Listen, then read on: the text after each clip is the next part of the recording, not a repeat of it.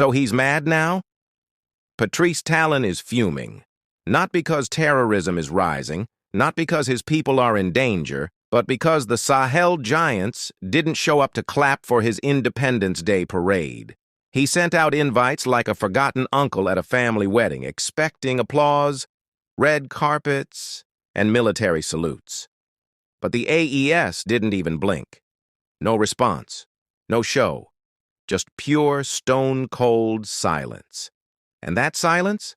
That's what really hurt Talon. Not diplomacy, not security, just bruised ego and jealousy dressed up as concern for Africa. And we want to correct our past mistakes. We want to erase the negative images that stick to us to say we are already a different country, a different people, a different nation. Everything we fail to accomplish is not the fault of others. There are many things that our means do not allow us to do. The things we are still unable to do, it's because we don't yet have the means. It's because we're not there yet, but it's not because we're under anyone's Welcome back. This is Pillars of History. I really thank you for your attention and your presence on this platform. I am Ice Frank, your host. Yeah, this is Pillars of History. So, today we are in Benin. I think you heard about the introduction. Patrice Talon, the president of Benin, was unhappy by the AES states, by the AES leaders, for calling them and failure to reply.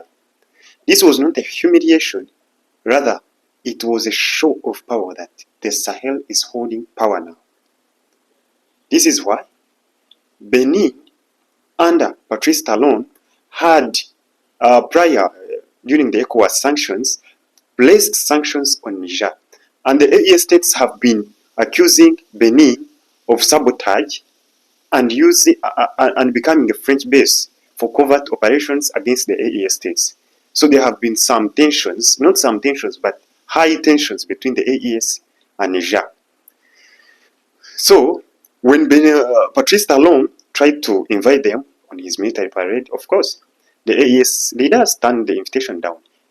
They didn't say it publicly, they just rejected it and kept silent. They were silent about it. So, being unhappy about the AES conduct, Patrice Talon decided to expose the AES states only when he was talking.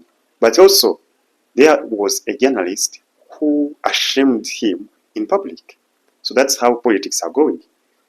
But let's see the full report. We shall come back. On August 1st, 2025, President Patrice Talon of Benin stood before his people during the country's Independence Day celebrations. But behind the smiles and military parade, Talon was quietly boiling with frustration. He had sent formal invitations to the leaders of the Alliance of Sahel States, Mali, Burkina Faso, and Niger, hoping to display regional unity and perhaps soften growing tensions. But what he received was silence. No response, no delegates, no attendance. Just a cold rejection through silence. For Talon, this was more than a diplomatic snub. It was a direct message. And his anger came through during his remarks when he lashed out, saying, "Those who chased out the French, the Germans, that's it. Have they defeated terrorism?" The message was obvious.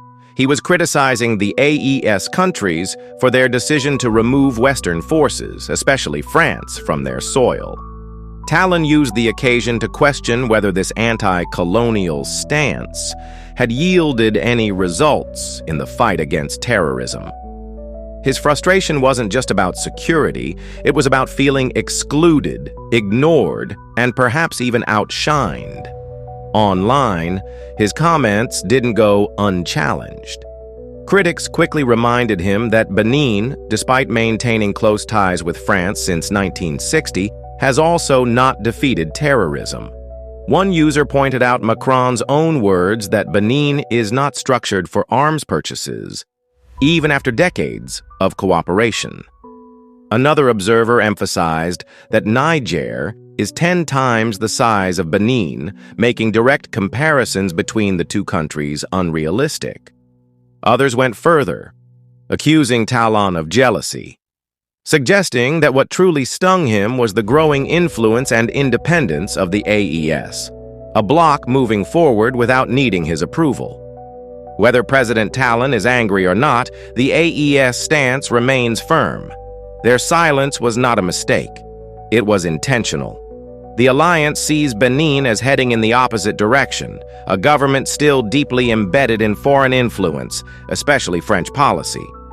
In their eyes, Talon's administration cannot be trusted to genuinely support African sovereignty when his military strategy depends on those who once ruled the continent.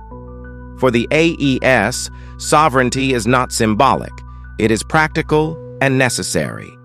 They are building their own institutions, creating their own defense strategies, and taking control of their future without waiting for permission. The rejection of Talon's invitation was a reflection of a deeper divide, a clear line between those committed to Pan-African independence and those still clinging to outdated alliances. And that's what hurt Talon the most. Not just the rejection, but the silence. The fact that the AES leaders didn't even acknowledge him. It was more powerful than a verbal refusal. It was a message. You are not with us. His speech was not just a critique. It was a cry of frustration from a leader watching a new African order rise without him. Despite his attacks, the AES bloc is unmoved. They are not interested in debates or diplomatic ceremonies.